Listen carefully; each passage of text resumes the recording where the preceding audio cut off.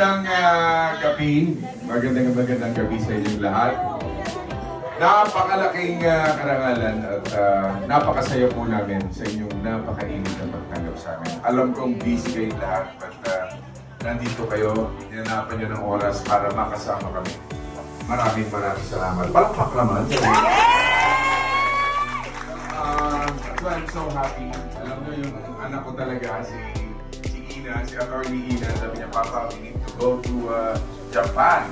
Dahil may Philippine Festival doon para makadaog kung paano mo yung mga ating mga Filipino community, no, para makaharap yung mga OFW na malaman natin kung ano yung mga kalagayan nila. Sabi ko, yes, actually, hindi lang po sabi ko ako, malaki utang na loob ko sa inyo. Dahil sa dami ng mga pagsubok na pinagdaanan ni Bong Emilia, never ako